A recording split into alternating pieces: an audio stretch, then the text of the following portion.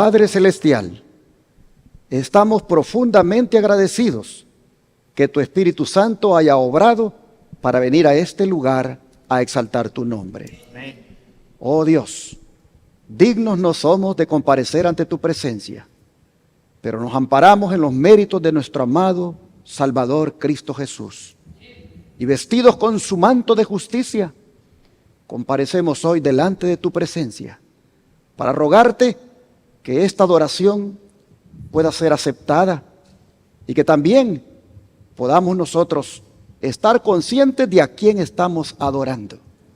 Pedimos que la mente, nuestras facultades, todo lo que somos, no se pierda del objetivo por el cual vinimos aquí, que es solamente para exaltar tu nombre. Rogamos que el perdón de nuestros pecados que nos concediste cuando Jesús, por su gracia, nos rescató, ese Señor sea lo único que tú puedas mirar ahora para bendecirnos con tu palabra, alimentarnos y edificarnos con ella. Lo rogamos en el nombre de Jesús. Amén. Este día quiero compartirles la quinta parte de la serie, cuando la política comience a hablar el lenguaje de la religión.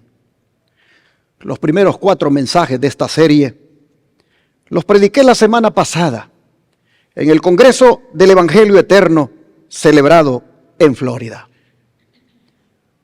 Ese ministerio que hace 2 congresos en el año, uno en junio y otro en diciembre, quedó muy contento con la delegación que llegó de aquí, de la Iglesia Advenimiento, por primera vez a uno de sus congresos que siempre hacen. Ellos valoraron bastante el esfuerzo que hicieron los hermanos para ir allá. Y quedaron tan contentos y nos atendieron tan amablemente que nos quedamos sorprendidos. Y le damos gloria a Dios por eso. Y les mandamos un agradecimiento profundo nuevamente por haber sido tan amables desde Tampa hasta West Palm Beach. Hermanos y hermanas, lo que comenzó como un solo tema para ese congreso terminó convirtiéndose en una serie de 7 mensajes. Ahora bien, alguien podría preguntarse, ¿y por qué nació esta serie? ¿Por qué predicar varios mensajes y estudiar la relación entre la religión y la política? La respuesta es sencilla. Esta serie, hermanos, no nació como resultado así solamente porque uno es sensacionalista o porque uno es conspiranoico, como le llaman a los que promueven teorías de conspiración. Esta serie realmente nació como resultado de un análisis profético de acontecimientos que están ocurriendo delante de nuestros propios ojos. Aquí, en los Estados Unidos. Acontecimientos que, aunque muchos podrían ver simplemente como eventos religiosos y patrióticos,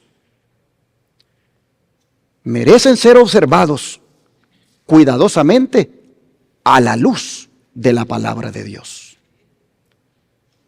Como este que ocurrió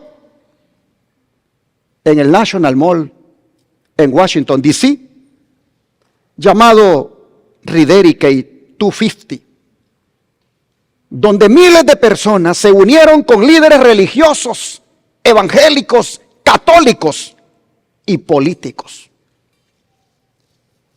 para rededicar a los Estados Unidos, como dice ahí, como una nación bajo Dios con motivo del 250 aniversario de su independencia. Algunos adventistas asistieron al evento y me contaron que aprovecharon para repartir libros del conflicto de los siglos entre los asistentes, como también folletos sobre la libertad de conciencia amenazada. Pero lo que llamó la atención fueron las proclamas de los distintos portavoces religiosos y políticos del evento. Entre esas proclamas había una que decía que es tiempo de volver a Dios. Había otra que decía que hay que salvar esta nación. Había otra que decía que hay que recuperar los principios cristianos. Había otra que decía que hay que restaurar los valores. Había otra que decía que hay que proteger la familia. ¿No les suena eso a ustedes como voces parecidas a la voz de Dios?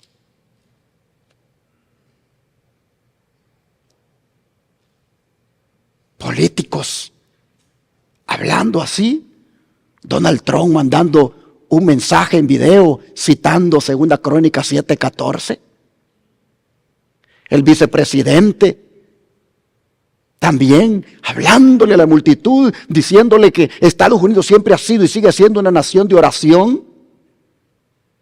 El secretario de guerra o de defensa, como le llamaban antes, diciendo que nuestros derechos no vienen del gobierno, sino que vienen de Dios.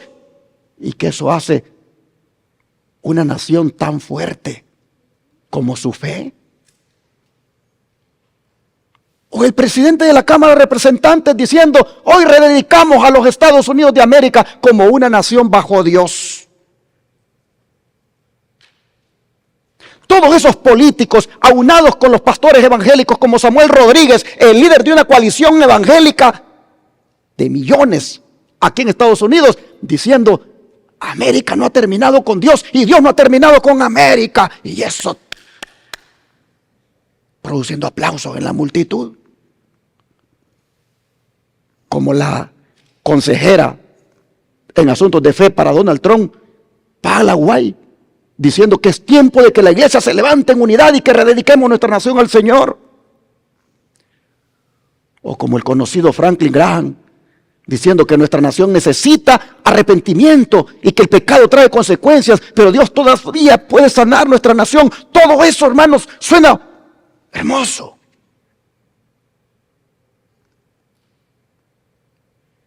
Pero esto debería de traer a nuestra mente una pregunta. Y la pregunta no es política. La pregunta es profética. La pregunta es, ¿hacia dónde conduce todo esto? ¿Hacia dónde conduce esta unión de la religión con la política? Expresando proclamas como las mencionadas y que están allí en la pantalla. Volver a Dios, proteger la familia, restaurar valores, salvar la nación, recuperar principios cristianos. ¿Hasta dónde nos llevará todo esto? Porque la historia demuestra que algunos de los acontecimientos más significativos en la relación entre religión y poder político comenzaron utilizando un lenguaje muy parecido a este.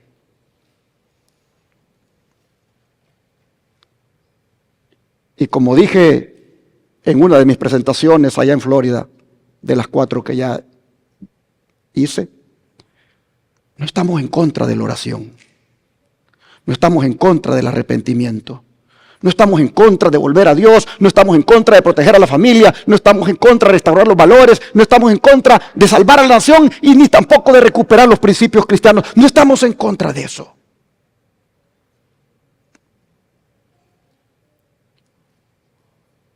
Pero sí, para plantear esta pregunta, ¿hacia dónde conduce todo esto?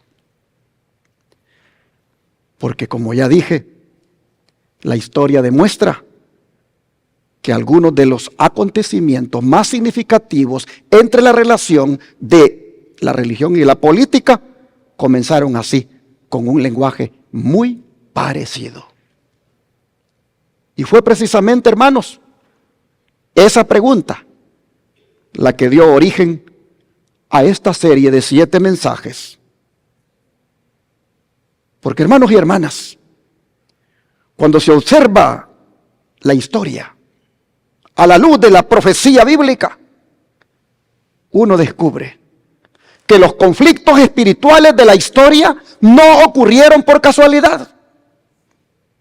No fueron accidentes históricos, no fueron simples coincidencias, fueron el resultado de principios que se repitieron una y otra vez a lo largo de los siglos. Y por eso es que este servidor, pensando en qué podía llevar a Florida, comenzó el recorrido de esta serie en Egipto, donde un faraón pretendió ocupar el lugar que solamente pertenece a Dios. Hasta lo desafió diciendo que ¿quién es Jehová para que yo oiga su voz? Y nunca la quiso escuchar. Ojalá que al final de este mensaje hayan personas aquí que sí quieran escuchar la voz de Jesús. Pero avanzando en nuestro recorrido, llegamos a Babilonia y allí observamos al Estado imponiendo adoración.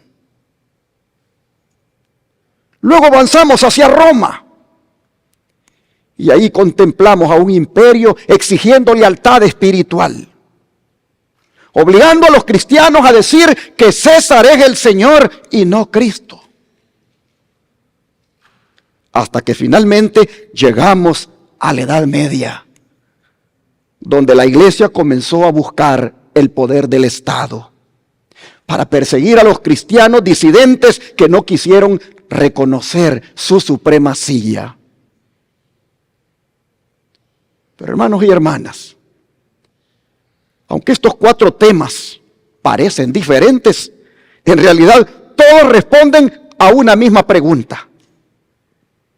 ¿Qué ocurre cuando la autoridad humana intenta ocupar el lugar que pertenece únicamente a Dios? ¿Qué ocurre? ¿Fueron Egipto, Babilonia, Roma y la Edad Media simplemente acontecimientos del pasado que están registrados en la historia? ¿O los principios que estos sistemas, que estos 4 poderes implementaron, hermanos y hermanas, podrían reaparecer en nuestros días? Porque como dice ayer, hermanos, los nombres cambian, los imperios cambian, pero el principio es el mismo. Y precisamente por eso, el 5.º tema de esta serie que vamos a estudiar, le he puesto por título: El espíritu de la Edad Media está regresando. Ahora bien, cuando escuchamos esa expresión, el espíritu de la Edad Media está regresando, la mayoría piensa inmediatamente en castillos medievales. Muchos piensan en reyes, muchos piensan en armaduras y acontecimientos que ocurrieron hace siglos. Pero esta mañana quiero proponer una idea diferente. ¿Qué ocurriría si el verdadero peligro no fuera la Edad Media? ¿Qué ocurriría si el verdadero peligro fuera el espíritu que produjo la Edad Media? Porque si ese espíritu está regresando, necesitamos reconocerlo. Y si no está regresando, también necesitamos saberlo. De manera que antes de responder la pregunta, ¿qué les parece si recordamos brevemente cómo comenzó aquel período que conocemos como la Edad Media? Porque nadie puede reconocer una falsificación si no conoce el original. Y nadie puede identificar una enfermedad si no conoce sus síntomas. Como tampoco nadie puede reconocer el espíritu de la Edad Media si primero no entiende cómo surgió. Es más, algunos no saben ni lo que es la Edad Media. Y no los criticamos por eso. Porque aquí estamos para enseñar. Aquí estamos para explicar lo que eso significó. Hermanos y hermanas, la Edad Media, Pablo la profetizó. Muchos siglos antes de que apareciera.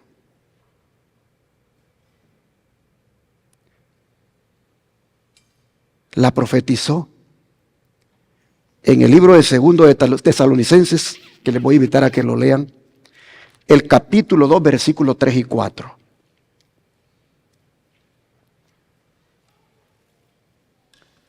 Segundo de Tesalonicenses, capítulo 2, versículos 3 y 4.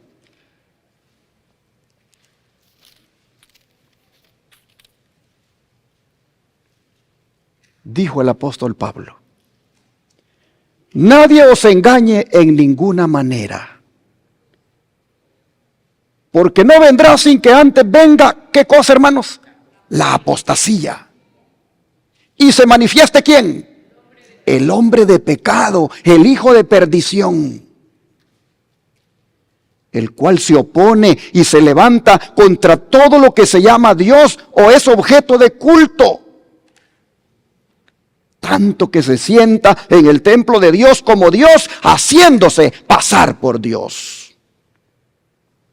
Hermanos y hermanas, aquí Pablo, como dije,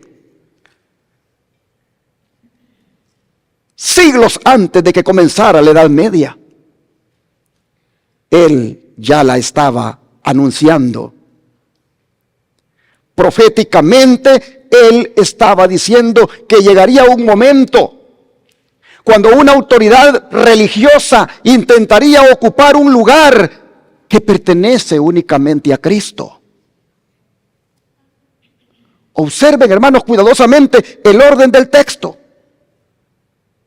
Pablo no comienza hablando de persecución, no comienza hablando de poder político, no comienza hablando aquí de decretos. Y eso tiene un significado profundo. Porque las grandes crisis espirituales nunca comienzan externamente. Siempre comienzan internamente. La apostasía de la que Pablo dice aquí que aparecería en la historia significa, hermanos, alejamiento. Significa apartarse de algo que antes se poseía. Y Pablo está diciendo que antes de manifestarse este poder ocurriría un alejamiento progresivo de la verdad.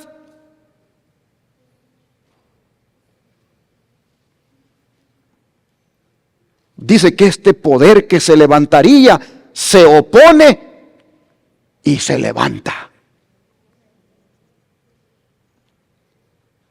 O sea, hermanos y hermanas, no se conforma con coexistir con la autoridad de Dios, sino que quiere ocupar un lugar que no le pertenece.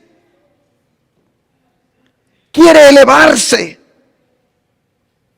Quiere colocarse entre Dios y los hombres. Y finalmente, Pablo dice que se sienta en el templo de Dios, como ven en la pantalla, haciéndose pasar por Dios. Y eso no es otra cosa que usar prerrogativas que le pertenecen solamente a Dios. Y eso es lo solemne de este mensaje. Porque aquí Pablo no está describiendo una autoridad política. Está describiendo una autoridad religiosa que reclama, repito, prerrogativas que pertenecen únicamente a Cristo. Y ustedes saben que la esencia del cristianismo siempre ha sido que Cristo es el centro, ¿sí o no? La esencia del cristianismo siempre ha sido que Cristo es el Señor. La esencia del cristianismo siempre ha sido que Cristo es el Salvador. La esencia del cristianismo siempre ha sido que Cristo es el mediador. La esencia del cristianismo siempre ha sido que Cristo es nuestro sumo sacerdote. Siempre ha sido que Cristo es la cabeza de la iglesia. De manera que cada vez que cualquier autoridad humana intenta ocupar alguno de esos lugares que he mencionado, oh hermanos, allí está en una apostasía, en una rebelión abierta en contra del Señor. Por eso Pablo está advirtiendo a la iglesia aquí, siglos antes de que ocurriera. Porque Dios no quería que su iglesia fuera sorprendida. Dios quería que la iglesia entendiera lo que vendría. Y hermanos y hermanas, la historia confirma exactamente el cumplimiento de esta profecía que hemos leído. Miren cómo Elena White describe el comienzo de aquel período que llegó a conocerse como la Edad Media. Lo que ella dice es realmente impresionante. Vean ustedes. El advenimiento de la iglesia romana al poder marcó ¿qué cosa, hermanos? El principio de la Edad Media. Esa Edad Media, hermanos, es ese periodo de la historia del año 538 a 1798, lo más crudo de ella. Fue el periodo donde la Biblia le fue prohibida a las personas. Fue el periodo donde las tinieblas espirituales prevalecieron en el mundo. Fue el periodo donde era el mediodía para el papado, pero era la medianoche para el mundo. Fue el periodo donde la tradición, la autoridad humana se impuso sobre la palabra de Dios. Esa es la Edad Media. Pero dice que el principio la marcó ¿qué cosa? El advenimiento de la iglesia romana al poder. Lo que Pablo nos acaba de decir aquí. En 2 Tesalonicenses 2, 3 y 4. Dice que a medida que crecía su poder, las tinieblas se hacían más densas en esa época de la Edad Media. La fe pasó de Cristo, el verdadero fundamento, pasó de Cristo, ¿a quién, hermanos? Al Papa de Roma. Y dice que las personas, en vez de confiar en el Hijo de Dios para obtener el perdón de sus pecados y la salvación eterna, el pueblo recurría ¿a quién, hermanos? Al Papa. Y se le enseñó al pueblo que el Papa era su mediador terrenal y que nadie podía acercarse a Dios sino por medio de Él. Y andando el tiempo, se le enseñó también que para los fieles el Papa ocupaba el lugar de Dios. Usted lo puede leer ahí en Conflicto de los Siglos, página 52 del formato digital. Pero yo quiero destacar dos verdades fundamentales de esta cita. La primera, que el poder religioso marcó el comienzo de una nueva era. Pues la cita dice que el advenimiento de la Iglesia romana al poder marcó el principio de la Edad Media. Hermanos y hermanas, la Edad Media no comenzó simplemente porque cambió un calendario. La Edad Media, hermanos y hermanas, no comenzó porque terminó un siglo y comenzó otro. Según Elena White, comenzó cuando una autoridad religiosa alcanzó un nivel de poder que nunca debió tener. Y aquí encontramos, hermanos, una lección solemne en esta hora. Y es que las épocas cambian cuando cambian los centros de influencia. La historia toma un rumbo diferente cuando el poder espiritual y el poder temporal, civil, comienzan a caminar juntos. Por eso la primera frase de esta cita no habla de castillos, ni habla de cruzadas, ni habla de persecuciones, habla de poder. Mire lo que dice: el advenimiento de la Iglesia romana al poder marcó el principio de la Edad Media. Porque cuando la Iglesia, hermanos, comenzó a depender del poder civil para lograr lo que antes obtenía mediante el Evangelio, cuando la Iglesia hizo eso, allí, hermanos, se abrió una nueva etapa de la historia. Pero no fue una etapa brillante, fue una etapa de oscuridad.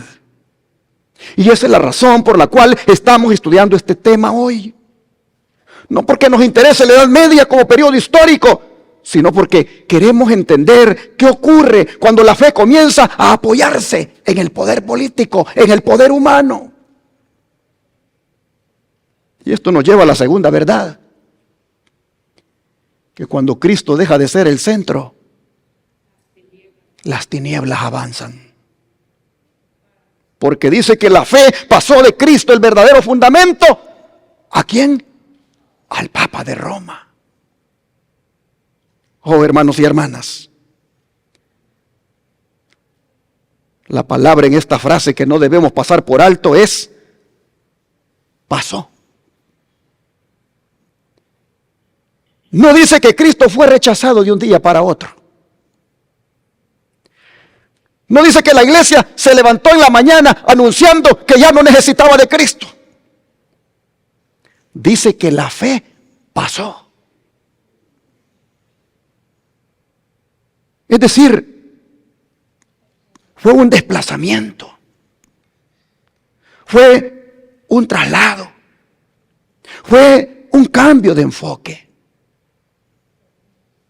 Y muchas veces, hermanos, los mayores peligros espirituales no llegan de una manera violenta. Llegan silenciosamente. Llegan cuando algo comienza a ocupar poco a poco el lugar que antes pertenecía a Cristo. Porque, hermanos y hermanas, una iglesia puede seguir hablando de Cristo y sin embargo dejar de depender de Cristo. Una iglesia puede seguir cantando acerca de Cristo y sin embargo dejar de exaltar a Cristo. Una iglesia puede conservar el lenguaje cristiano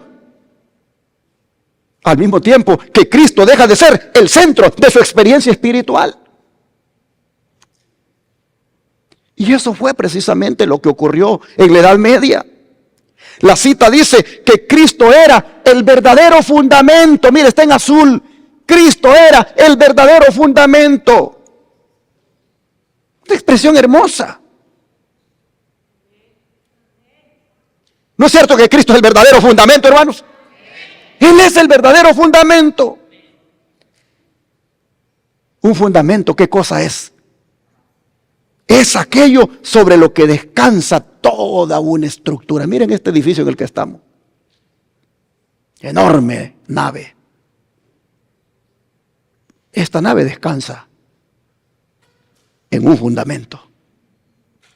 Entonces, cuando la sierva del Señor dice que Cristo era el verdadero fundamento, hermanos y hermanas, ¿qué pasa si un fundamento falla? ¿Qué pasa con la estructura? ¿Qué pasa con el edificio? Se termina cayendo. Por eso Pablo habla en 1 Corintios 3:11 lo siguiente, para tomarlo en cuenta en esta hora. 1 Corintios 3:11.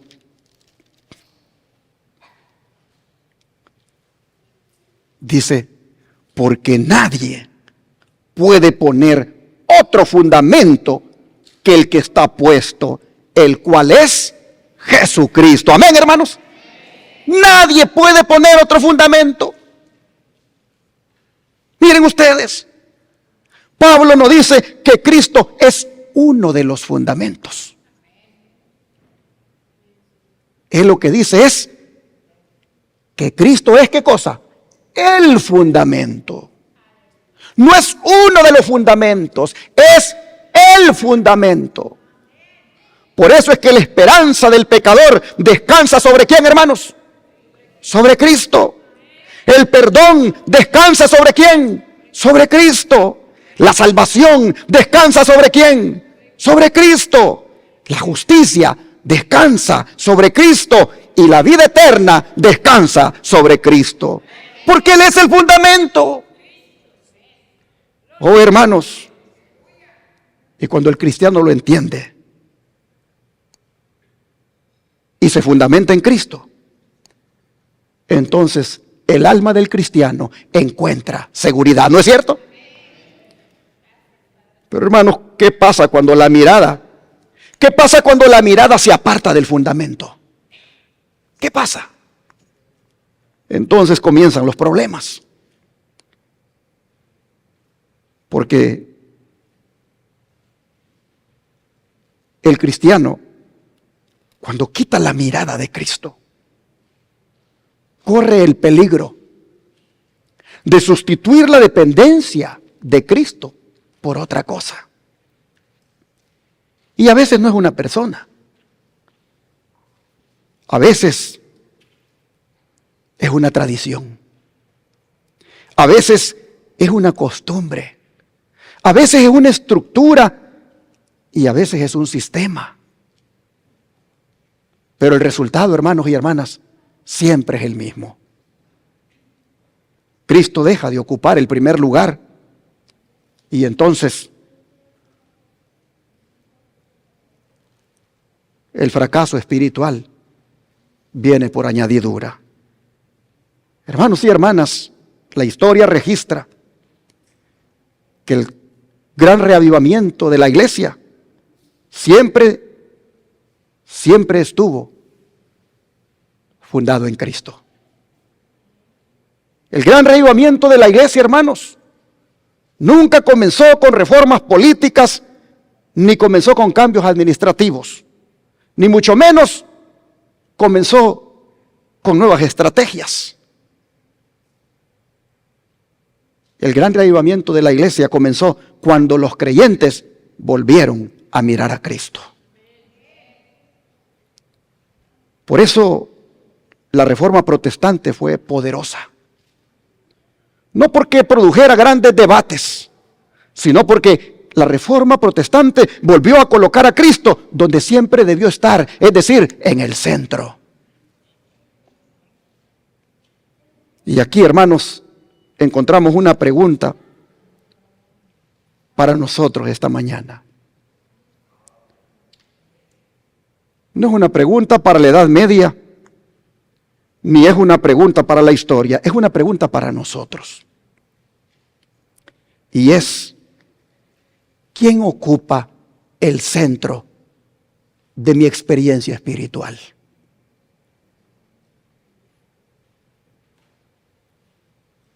Pregunto, ¿quién ocupa en su experiencia el centro de su vida espiritual? ¿Quién ocupa, hermanos y hermanas, el centro de su experiencia espiritual? Se lo voy a preguntar y que lo oiga Jesús. ¿Ocupa Cristo el centro de su experiencia espiritual, hermanos?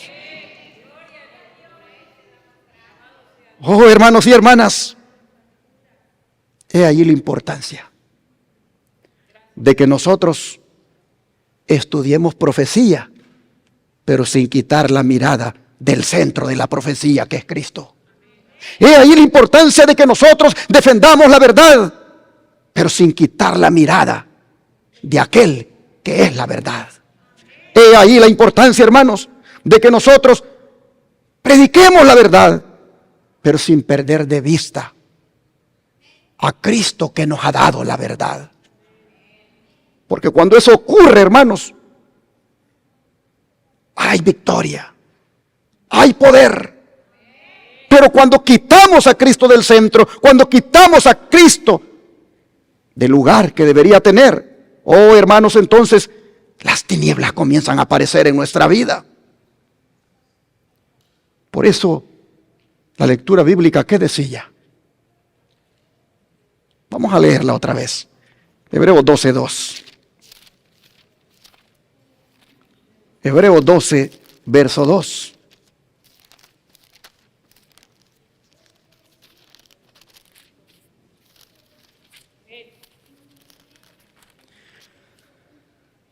Puestos los ojos, ¿en quién, hermanos? En Jesús, el autor y consumador de la fe, el cual por el gozo puesto delante de él sufrió la cruz, menospreciando el oprobio, y se sentó a la diestra del trono de Dios. Hermanos y hermanas, ¿en quién tiene que tener usted puestos sus ojos? Le pregunto, ¿está el pastor sentado en el trono de Dios para que ponga su mirada en él?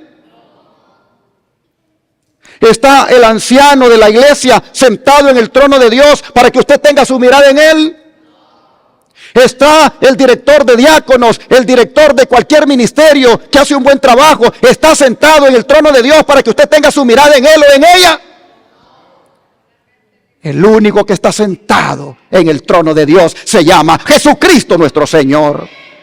Y Pablo dice, no quiten la mirada de él. No la quiten. Hermanos y hermanas, no hay que poner la mirada en los hombres.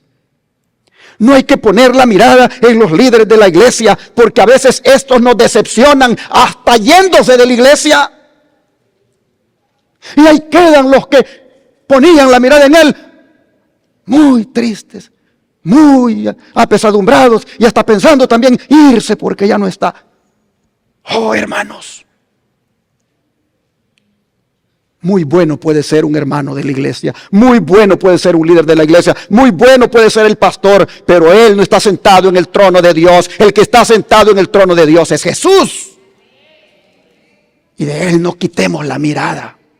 De él no quitemos la mirada y así se vayan los que se quieran ir y así nos decepcionen los que nos quieran decepcionar. Él nunca nos decepciona y él nunca nos deja, hermanos. Este es el tiempo de no poner la mirada ni siquiera en las instituciones. Este es el tiempo de no poner la mirada en las corrientes de pensamiento, sino solamente en Cristo. ¿Por qué? Porque mientras Cristo permanezca en el centro, siempre brillará la luz para nosotros, hermanos. Así que,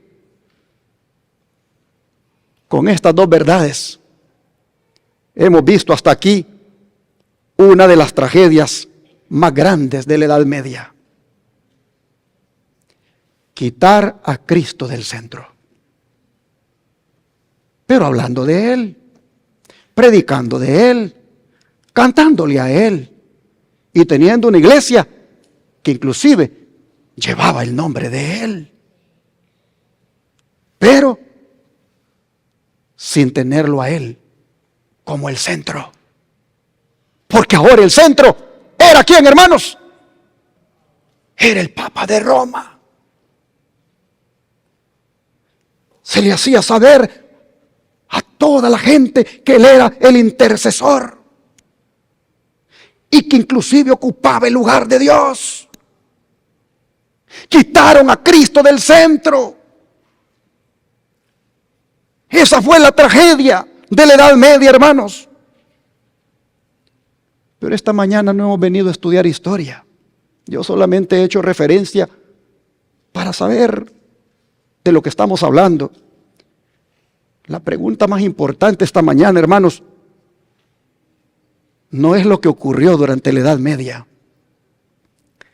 La verdadera pregunta esta mañana es, ¿qué características hicieron que aquello ocurriera? Porque, hermanos y hermanas, si el espíritu de la Edad Media está regresando, no va a regresar vestido con armaduras, ni va a regresar cabalgando sobre caballos medievales, ni tampoco va a regresar hablando en latín. Va a regresar, hermanos, adaptado a nuestra generación con el fin de engañar. Y lamentablemente algunos no lo van a discernir porque viven en el espíritu de la Edad Media.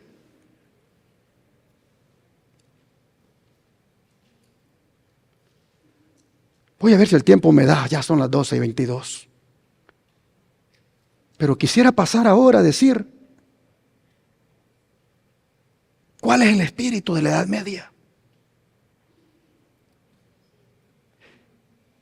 Que produjo el surgimiento de la misma. ¿Cuáles fueron las características que le dio luz a la Edad Media?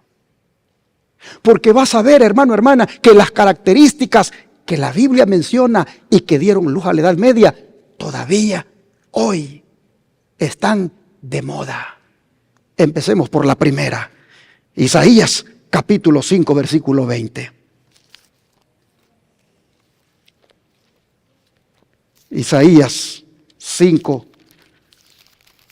versículo 20.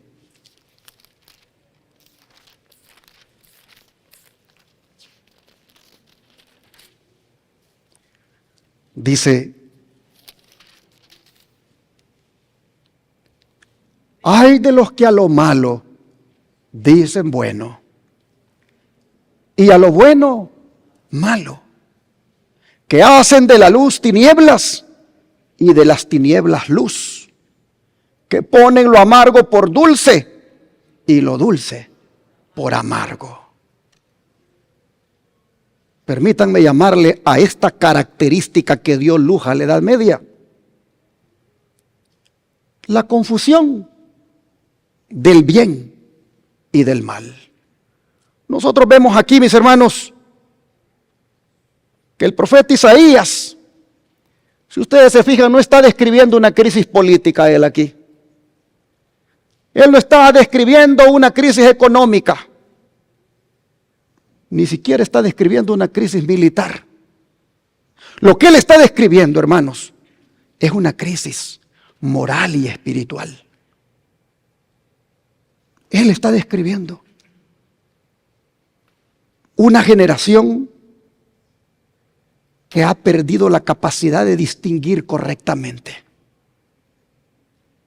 Una generación donde las categorías las confunde. Isaías está describiendo aquí, hermanos, una generación donde la luz deja de ser claramente la luz y las tinieblas dejan de parecer tinieblas. Una generación confundida. Hermanos y hermanas, el gran problema de la sociedad no comienza cuando aparecen las personas malas.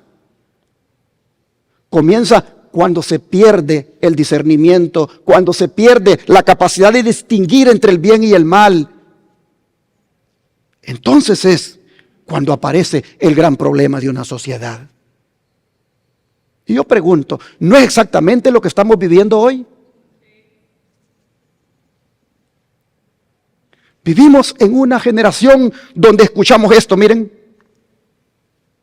Cada quien tiene su verdad. Todas las opiniones son igualmente válidas. Lo importante es ser sincero. Y a primera vista esas frases parecen inofensivas.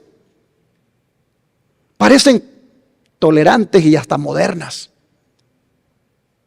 Pero si las examinamos cuidadosamente, descubrimos que tienen un problema grande. Porque hermanos y hermanas, si cada persona tiene su propia verdad, entonces nadie tiene la verdad. Si todas las opiniones son igualmente válidas, entonces, hermanos, desaparece toda referencia absoluta. Y cuando desaparecen los absolutos, es decir, lo que así es, entonces, hermanos, cualquier cosa se puede justificar. Por eso, Isaías ha lanzado un ay aquí. El ay de Isaías, hermanos, que acabamos de leer, es para una generación que no distingue entre el bien y el mal. Y que por lo tanto es vulnerable al engaño. Miren ustedes, el problema aquí no comienza cuando la gente rechaza abiertamente a Dios. El problema es cuando la gente comienza a mezclar verdad con error y le parece normal. Yo me recuerdo cuando estábamos en la pandemia, todos anhelábamos que llegara la normalidad. Pero ¿qué normalidad es la que llegó? Justamente lo que Isaías está diciendo. Donde la sociedad de nuestros días ha perdido el discernimiento y a lo bueno le llama malo y a lo malo le llama bueno. Hermanos y hermanas, estamos viviendo en tiempos donde muchos lo correcto les parece que es incorrecto. Donde muchos lo incorrecto les parece que es correcto. Y si te lo hacen ver o si se los haces ver, entonces dices, eres exagerado, eres fanático, eres extremista, eres alarmista, estás viendo cosas, estás viendo fantasmas, estás viendo cosas ahí que solo tú las miras. ¿Por qué? Porque esa persona está ciega. Ha perdido el discernimiento. Y a lo bueno le está llamando malo. Y a lo malo lo está llamando bueno. Por eso Elena White, mire lo que escribió. Al pueblo de Dios, dice, se le indica que busquen las escrituras su salvaguardia contra los falsos maestros y los espíritus de las tinieblas. Porque Satanás emplea todo medio posible para impedir que los hombres obtengan el conocimiento de la Biblia, cuyo claro lenguaje revela sus engaños. A cada nuevo reavivamiento de la obra de Dios, Él opone una actividad intensamente mayor, por lo que pronto se va a desplegar ante nosotros el engaño final contra Cristo y sus seguidores. La falsificación que será La falsificación se asemejará tanto a la verdad que será, ¿qué cosa, hermanos? Imposible de distinguir entre las dos cosas, a no ser con la ayuda de ¿qué cosa? De las Escrituras.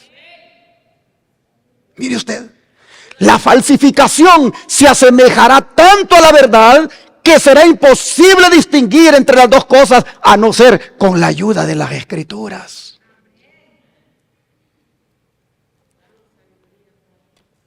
Permítanme destacar 3 verdades claves sobre esto que acabamos de leer. La primera, que el engaño final, dice, no parecerá engaño. Porque la falsificación, dice la cita, se asemejará tanto a la verdad. Hermanos, Satanás sabe que una mentira evidente es bien fácil de detectarla. Por eso el engaño final no vendrá pareciendo un error. Vendrá el engaño final, hermanos, pareciendo verdad. El engaño final no vendrá rechazando completamente a Cristo. El engaño final hablará de Cristo. ¿No has leído que Satanás se va a disfrazar hasta de Cristo? Hermanos y hermanas, el engaño final no vendrá rechazando completamente la Biblia. Va inclusive a utilizar la Biblia. El engaño final no vendrá rechazando completamente la religión. Va inclusive a utilizar lenguaje religioso como el que estamos oyendo en estos días. Y precisamente allí está el peligro, hermanos.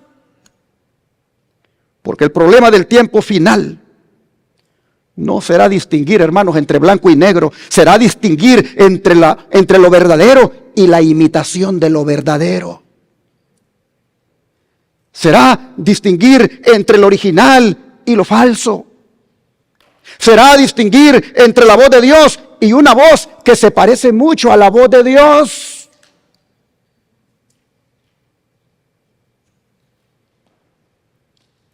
Y esto nos lleva a la verdad número 2. Cuando dice que la mayor batalla será, ¿por qué cosa? Por la mente. Pues dice que Satanás emplea todo medio posible para impedir que los hombres obtengan el conocimiento de la Biblia, cuyo claro lenguaje, hermanos y hermanas, miren ustedes, revela, dice, sus engaños. Observen bien, hermanos, lo que Elena White está diciendo aquí. Ella no dice que Satanás quiere impedir que la gente sea religiosa. Lo que ella está diciendo es que él quiere impedir que conozcan ¿qué cosa? La Biblia. Porque, hermanos y hermanas, una persona puede ser religiosa y estar engañada, ¿sí o no? Una persona puede ser sincera y estar engañada. Una persona puede tener emociones religiosas y estar engañada. Porque, hermanos y hermanas, cuando una persona no conoce profundamente las Escrituras, el engaño, hermanos, es más fácil de recibirlo. En cambio, cuando una persona conoce la Biblia, el engaño encuentra resistencia. Por eso el gran conflicto de los últimos días será una batalla por la mente. Será una batalla por el conocimiento de la verdad. Una batalla por quién va a definir la realidad. Una batalla, hermanos, por quién va a tener la autoridad final. Si la va a tener la cultura, si la va a tener los influencers, si la va a tener la tradición, si la va a tener lo que tiene más like, lo que tiene más views, lo que es viral, o si la va a tener, hermanos, la palabra de Dios. ¿Quién tendrá la autoridad final? ¿El influencer? ¿El que tiene más views? ¿El que lo que produce en las redes se vuelve viral? ¿Quién tendrá la autoridad final? ¿La tendrán los sistemas de este mundo? ¿La tendrán las culturas? ¿La tendrá la religión unida con la política? ¿O la tendrá la palabra de Dios? Esto me lleva a la verdad 3. Que la única protección es ¿qué cosa?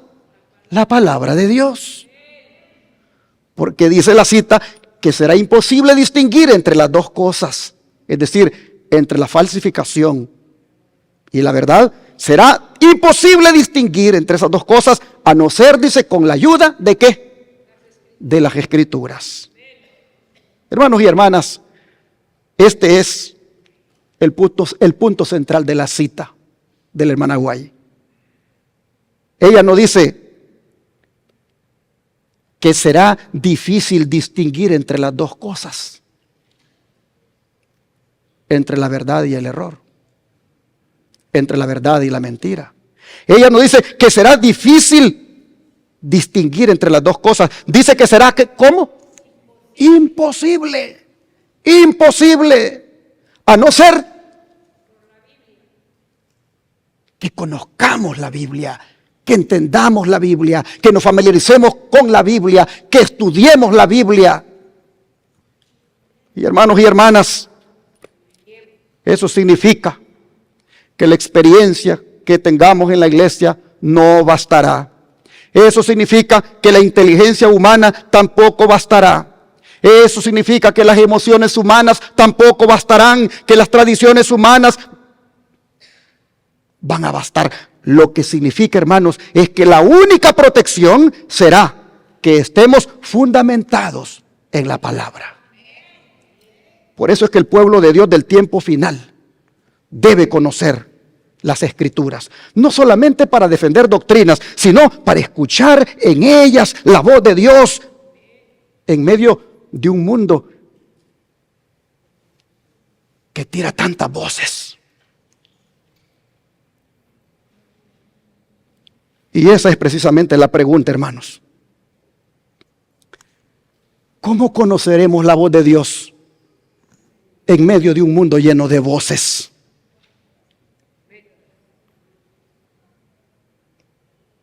Porque escuchamos voces religiosas, escuchamos voces políticas, escuchamos voces culturales, escuchamos voces que hablan de moralidad, voces que hablan de espiritualidad, voces que hablan de volver a Dios. Pero la pregunta sigue siendo la misma: ¿cómo conoceremos la voz de Dios en medio de un mundo lleno de voces? Porque una cosa es escuchar la voz religiosa y otra muy distinta es escuchar la voz de Cristo. Y se está oyendo mucho la voz religiosa en estos tiempos. Hermanos y hermanas, ahí está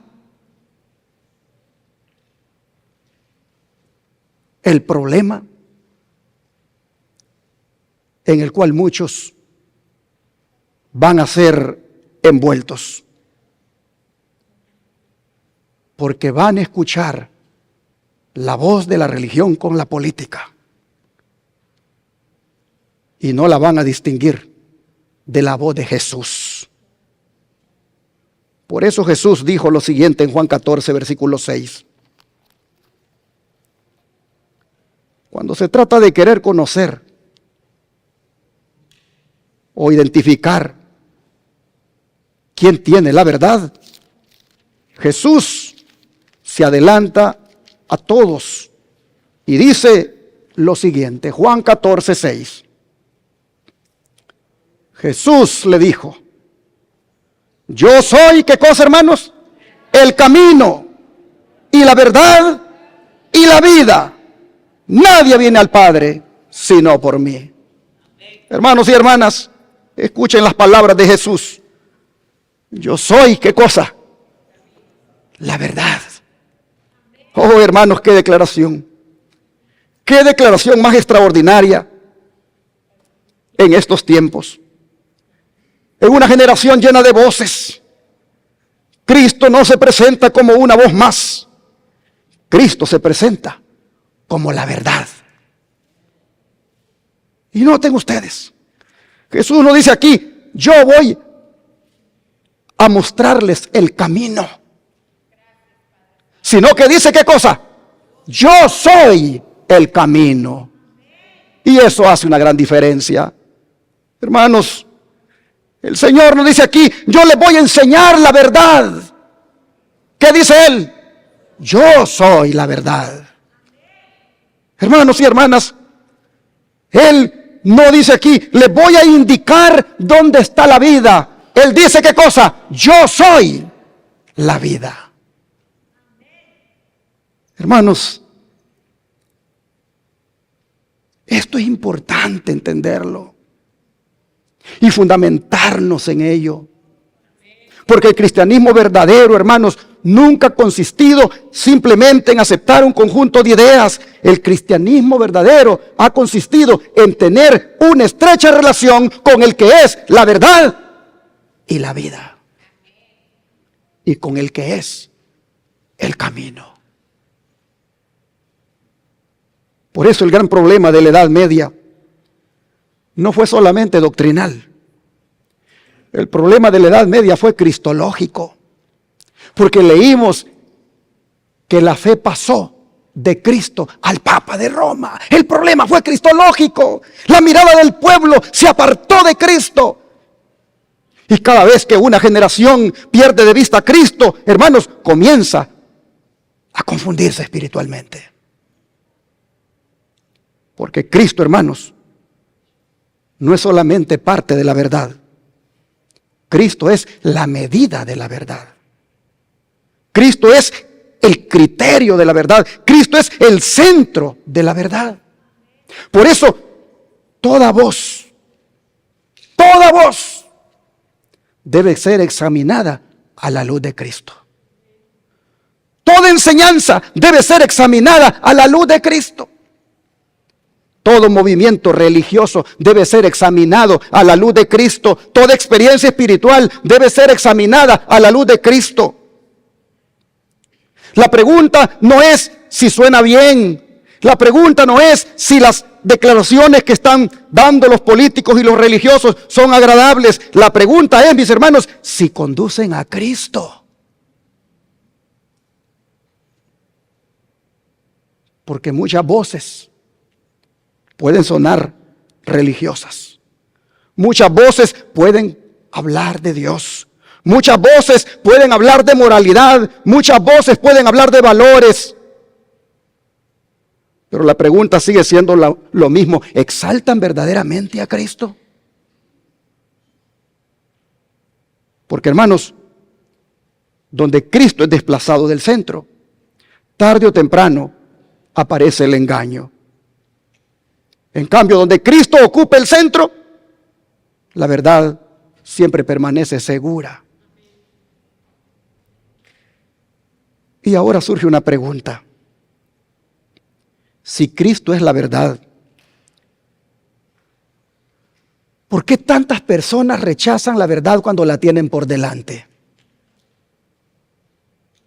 Si Cristo es la verdad, ¿por qué una generación, hermanos, puede tener acceso a la palabra de Dios y aún así apartarse de ella? Hermanos, ¿por qué una sociedad puede escuchar la verdad y aún así elegir otra cosa?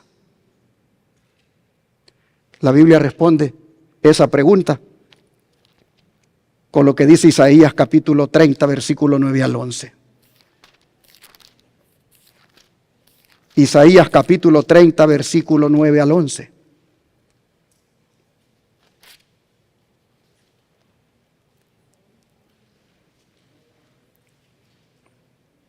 Dice así: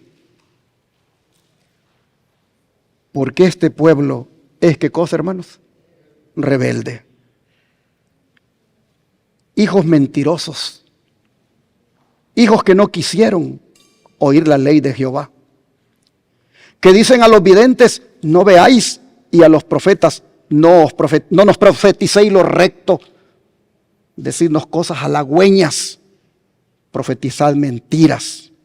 Dejad el camino, apartaos de la senda, quitad de nuestra presencia al Santo de Israel.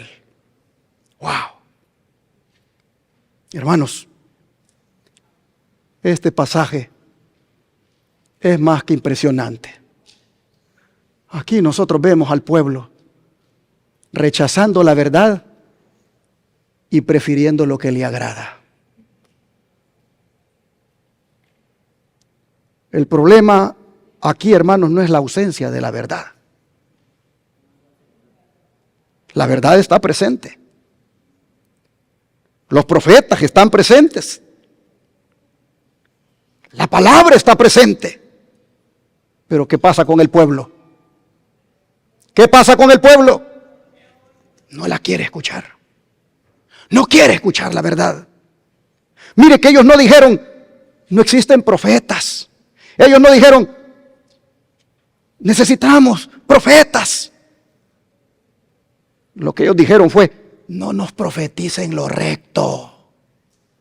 No nos profeticen lo recto.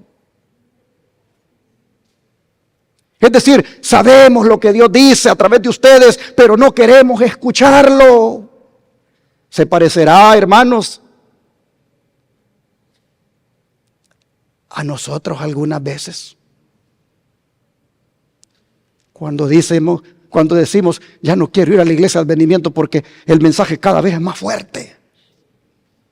El mensaje cada vez me confronta, yo no quiero eso, me voy por allá a la iglesia americana, me voy por allá donde yo pueda estar con mis joyas, pueda estar con mi forma de vivir y que no me incomode la palabra. Hermanos y hermanas, aquí estamos viendo la razón por la cual, aunque tengas la verdad y aunque Cristo sea la verdad, esa verdad no hace efecto en tu vida, hermano, hermana. Es simplemente porque tú no quieres escuchar esa verdad. Mira lo que dice el profeta. Hermanos, yo veo en estos versículos una fotografía de lo que hoy está pasando, hermanos. Mira, hermano, hermana, cuando ya no te gusta la verdad, cuando ya no quieres escuchar la verdad, entonces buscas lo que te engaña. Entonces buscas la comodidad. Cuando dejas de preguntar, ¿qué dice Dios? Y comienzas más bien a preguntar, ¿qué es lo que me hace sentir bien? Allí te arruinaste, hermano. Allí te arruinaste, hermana. Porque una cosa es querer conocer la voluntad de Dios y otra muy distinta es querer escuchar solamente aquello que confirma lo que ya queremos hacer. Por eso es que este pueblo le decía a los profetas, decidnos cosas, ¿qué cosa? Decidnos cosas halagüeñas. En otras palabras, le decían, predica cosas que no incomoden. Predica cosas que no incomoden a las que andan con las normas cristianas por el suelo. Predica cosas que no incomoden a los que andan en el mundo en la semana, pero el sábado están en la iglesia. Predica cosas que no les incomode a ellos, porque luego se te van a ir y ni diezmos van a dar a este ministerio. Predica cosas que no les incomoden. Eso es lo que está diciendo aquí. Predica cosas, decían, que no nos confronten en cómo estamos viviendo. Predica cosas, decían, que no nos llamen al arrepentimiento, que no nos hablen de obediencia, que no nos hablen de reforma. Háblanos algo agradable. Y hermanos y hermanas, no es exactamente lo que está viviendo hoy el cristianismo. No es exactamente lo mismo que está pasando en el mundo religioso moderno. Vivimos en una época donde la gente quiere un evangelio sin cruz. La gente quiere un evangelio sin arrepentimiento. La gente quiere una religión que no lo confronte con el pecado. La gente quiere una religión que no tenga ese poder transformador que emana de la palabra. Oh, hermanos, muchos andan buscando un Cristo que solo los consuele, pero no un Cristo que los corrija. Las iglesias están llenas de gente que anda buscando un Cristo que los consuele, pero que no los corrija con su palabra. Oh, hermanos y hermanas, La gente quiere ahora un Cristo que bendiga, pero no un Cristo que lo gobierne. La gente quiere ahora un Cristo que los acompañe en sus planes, pero no un Cristo que les cambie sus planes. Y allí comienza el peligro, hermanos. Porque cuando empezamos a rechazar la verdad porque incomoda, entonces, hermanos, vamos a terminar abrazando el error agradable. Miren la progresión que hemos visto hasta aquí, hermanos. Isaías 5 nos mostró una generación que confunde el bien con el mal. Juan 14 nos mostró que Cristo sigue siendo la verdad. Y ahora Isaías nos muestra una generación que ya no quiere escuchar esa verdad. Y hermanos, cuando una generación confunde el bien con el mal y pierde de vista a Cristo y deja escuchar la verdad, entonces está preparada para aceptar cualquier engaño que se le presente con apariencia religiosa. Y eso nos lleva nuevamente a la pregunta que planteamos hace unos momentos. Estamos viendo, hermanos, algunas de estas características que hicieron que la Edad Media surgiera.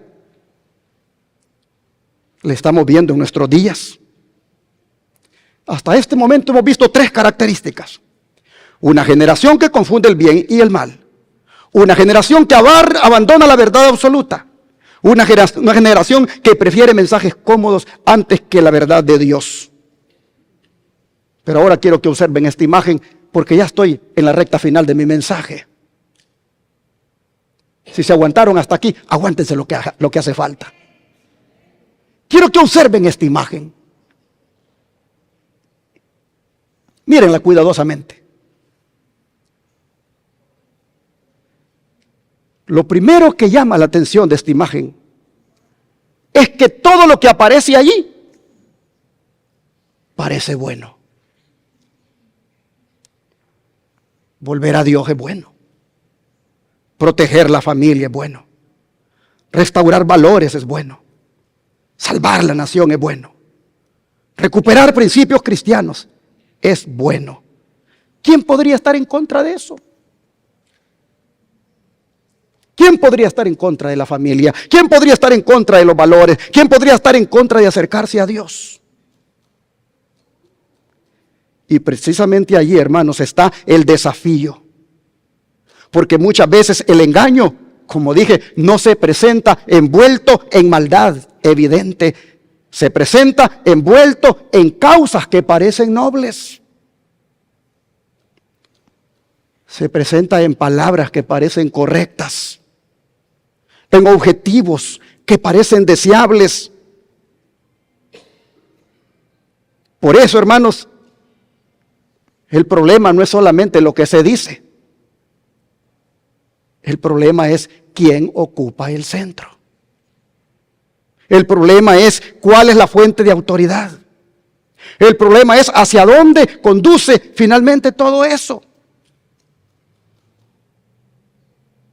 Hermanos y hermanas, cuando observamos las voces que hoy se están levantando en nuestra sociedad, vale la pena que nos preguntemos, ¿estamos escuchando simplemente un llamado a los valores? ¿O estamos viendo reaparecer una de las características que hicieron posible los acontecimientos más oscuros de la historia cristiana? Cuando la política y la religión se unieron. Hermanos y hermanas, si el espíritu de la Edad Media está regresando, ya dije, no regresará atacando abiertamente a Cristo. Regresará utilizando un lenguaje que, hermanos y hermanas, parece profundamente cristiano. Y por eso es que necesitamos el discernimiento espiritual.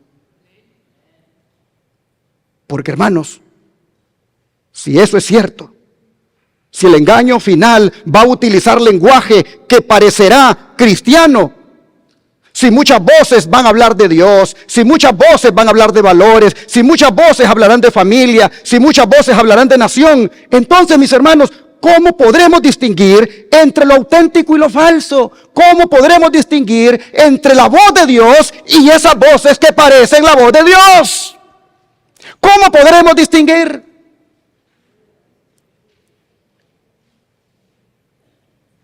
¿Cómo podremos reconocer la voz correcta, hermanos, en medio de tantas voces? Voces religiosas que hasta hablan de Jesús. Muchos hablan de Jesús. Muchos oran en el nombre de Jesús. Muchos predican acerca de Jesús. Muchos dicen seguir a Jesús. Pero ahí está el desafío, hermanos, porque la pregunta no es si se menciona a Jesús. La pregunta es si se está escuchando realmente la voz de Jesús.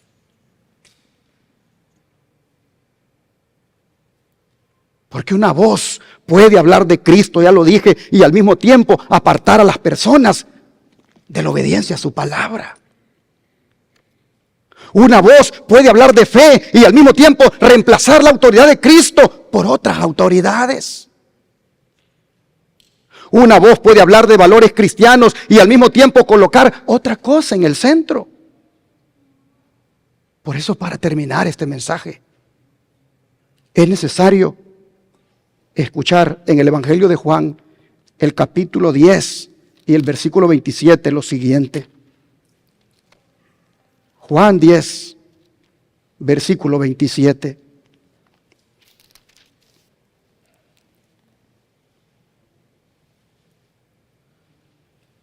Dijo el Señor: mis ovejas oyen mi voz y yo las conozco y me siguen. Hermanos y hermanas, quiero por favor llamar su atención a esto. Mis ovejas oyen mi voz y yo las conozco y me siguen. Pregunto, ¿esta es una promesa hermosa, sí o no? Miren, Jesús no dijo: mis ovejas oyen cualquier voz que use mi nombre. Él dijo: ¿oyen qué cosa? Mi voz. Él dijo: mis ovejas son las que oyen mi voz y ¿qué más? Y me siguen. Y hermanos, una oveja, pregunto yo, una oveja sigue al pastor aunque no entienda los caminos por donde la lleva. No entendieron la pregunta. Pregunto otra vez. Una oveja sigue al pastor aunque no entienda por los caminos por donde la lleva.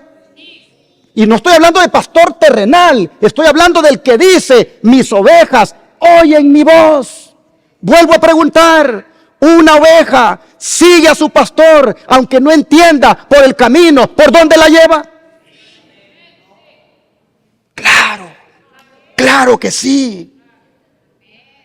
Aunque no entienda el camino por donde la lleva, a veces la va a llevar por un camino que no va a ser de rosas. A veces la va a llevar por un camino donde va a experimentar cansancio, donde va a experimentar pruebas. A veces la va a llevar por un camino donde la oveja sienta que ya no puede más. Pero ¿qué va a hacer el pastor con la oveja, hermanos? Se la va a echar al hombro para que siga por el camino donde su pastor la lleva. Y no estoy hablando, repito, de pastor terrenal, estoy hablando de nuestro divino pastor.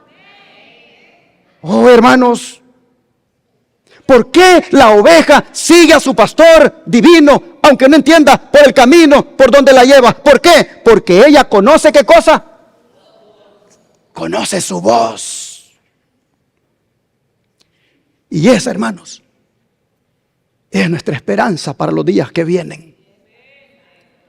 Porque el mundo va a seguir llenándose de voces. Voces religiosas, voces políticas, voces culturales, voces que hablarán de Dios, voces que hablarán de moralidad, voces que hablarán de restaurar valores. Pero la pregunta decisiva seguirá siendo la misma: reconoceré en esas voces la voz del pastor. Porque, hermanos, cuando una oveja conoce la voz de su pastor, puede distinguirla en medio del ruido, ¿sí o no?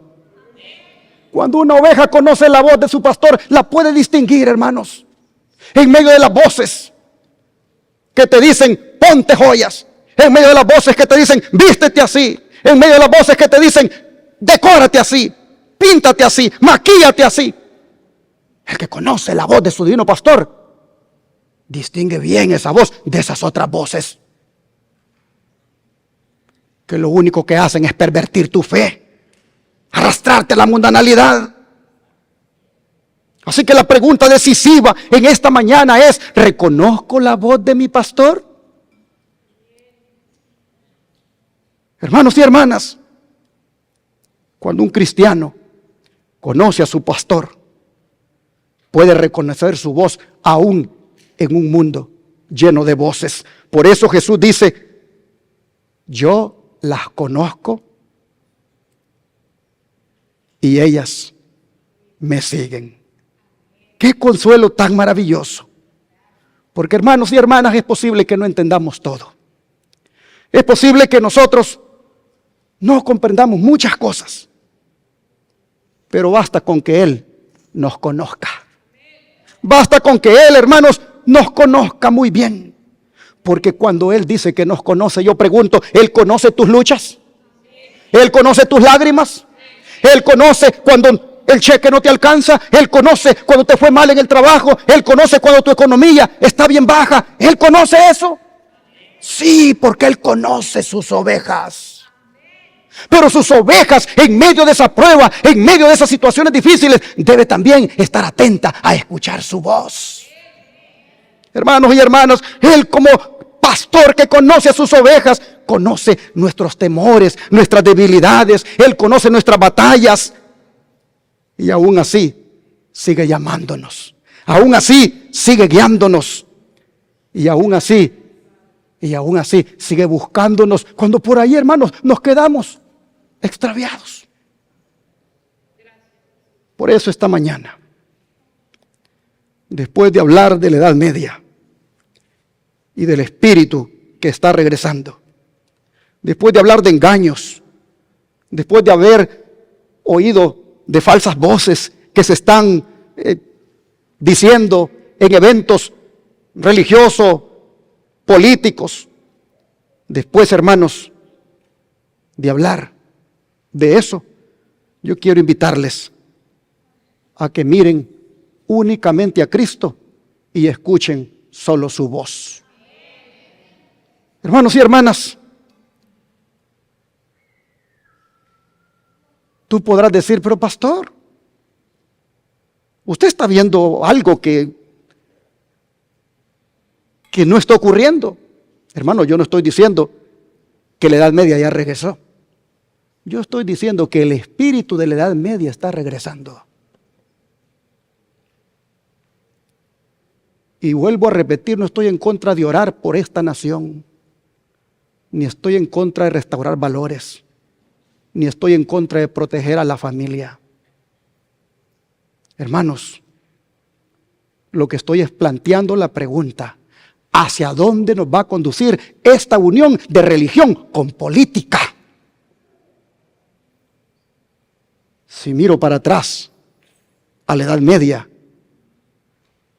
y lo que pasó allá, hermanos y hermanas, este espíritu de la Edad Media que está regresando nos va a llevar otra vez a aquellos tiempos. Y cuán importante es escuchar siempre la voz de Jesús antes que otras voces. Esta mañana yo quiero invitarte a que hagas una decisión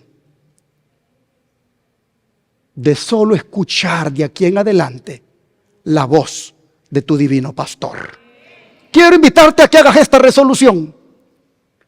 De ahora en adelante escucharé solo tu voz y te seguiré como mi buen pastor. Pregunto en esta hora, ¿quién quisiera? No voy a invitarle a que venga aquí adelante. ¿Quién quisiera en esta hora hacer una oración de entrega al Señor? Hacer una oración de compromiso y decirle eso que está en la pantalla. De ahora en adelante escucharé solo tu voz y te seguiré como mi buen pastor. ¿Quién le quiere decir eso a Jesús esta mañana? ¿Quiere rodearse y decírselo? Le doy un tiempo para que usted hable con el Señor. Le doy un tiempo para que usted le diga de todo corazón que ante el espíritu de la Edad Media que está regresando con las voces que hablan de Dios, usted elegirá a partir de hoy oír solo la voz de Jesús y se fundamentará en su palabra. Ore en silencio y yo interrumpiré ese silencio en voz alta.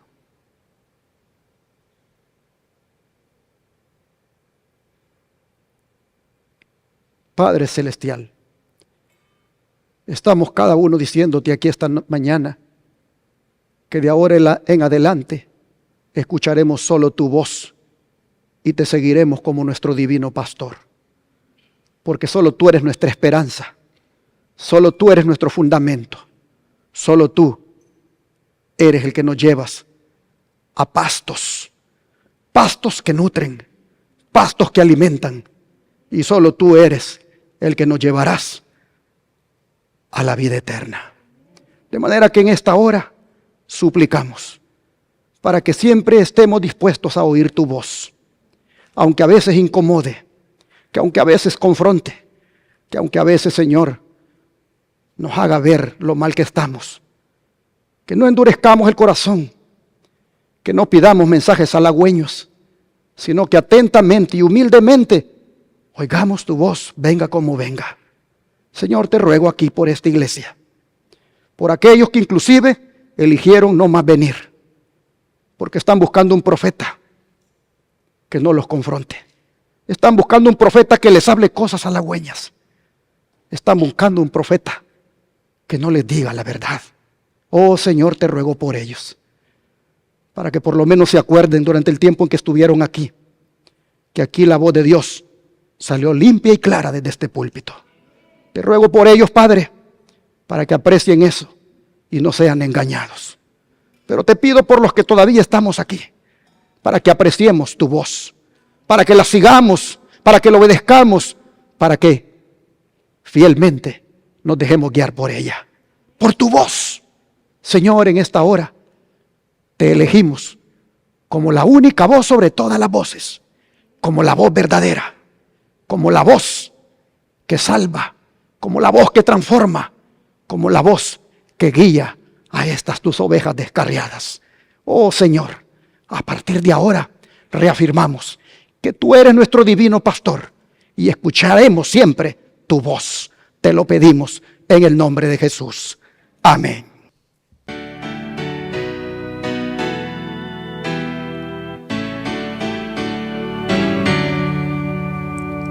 Habla, Señor, al alma, hable tu dulce voz, susurre en tiernas notas, tú no estás solo, no.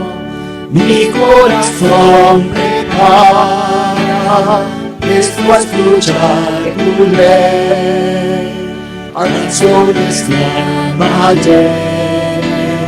De gratitud y fe, hablan de luces todas, hablan de amor, ya la victoria es tuya, no tengas más temor.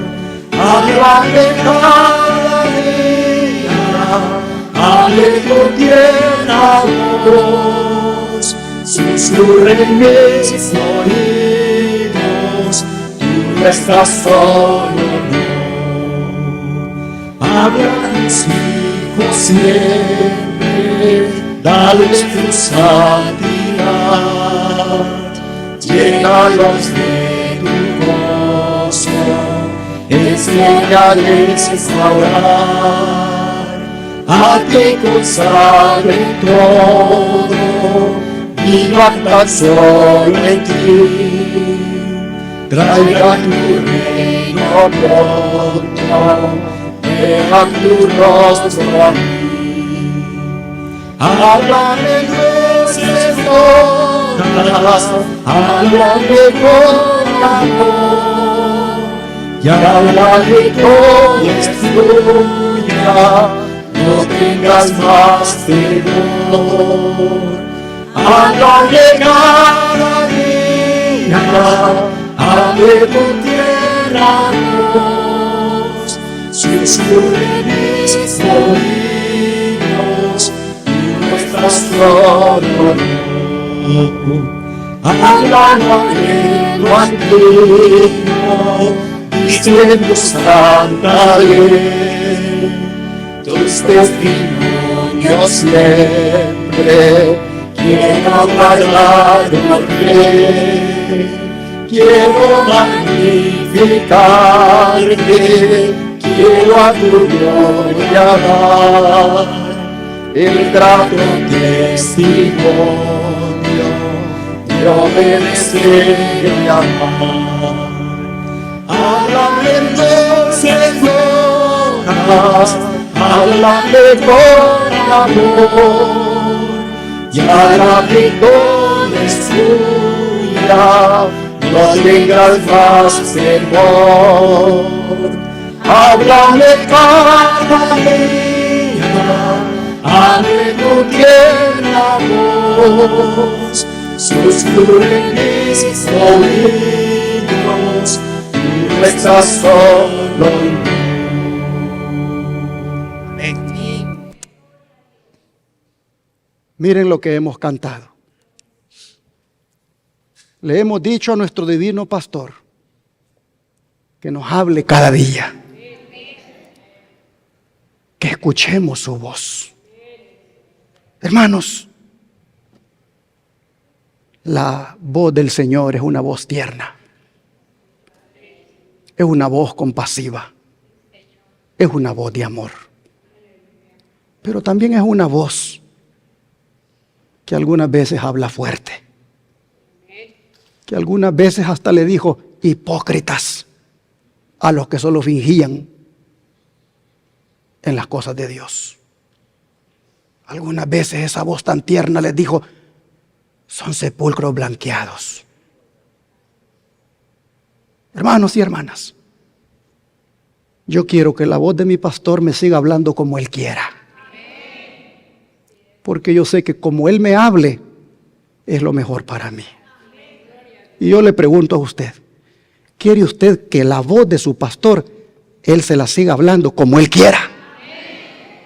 ¿Quiere usted otra vez decirle al Señor de rodillas, háblame, háblame cada día, que susurre en mis oídos que no estoy solo, que tú estás conmigo? ¿Quién quiere que le vamos a decir eso al Señor?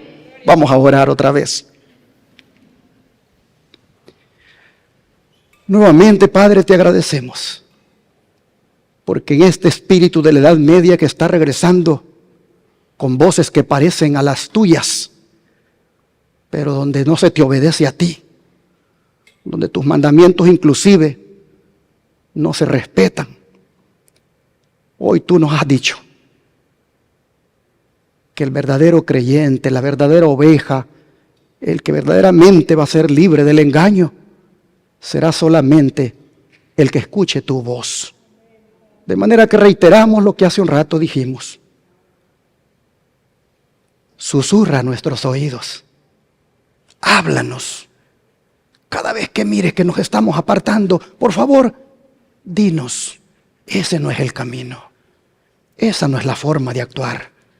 Por favor, que tu voz la escuchemos claramente a nuestros oídos, indicándonos, este es el camino, andad por él. Oh Señor, te pedimos que tu voz, Señor, la escuchemos todos los días, todas las noches. Oh Padre, que nunca dejemos de escuchar esa voz. Que esa voz sea la que nos marque la ruta, la que nos lleve por los apriscos, donde las ovejas verdaderamente están seguras. Padre, te amamos. Estamos contentos que tú seas nuestro divino pastor. Estamos felices que sea tu voz la que siempre nos hable. Y nos disponemos para que siempre la podamos escuchar y que siempre la querramos escuchar independientemente de cómo nos hables. Oh Señor, que nunca dejemos de escuchar tu voz. Es nuestro deseo, es nuestra petición en el nombre de Jesús. Amén.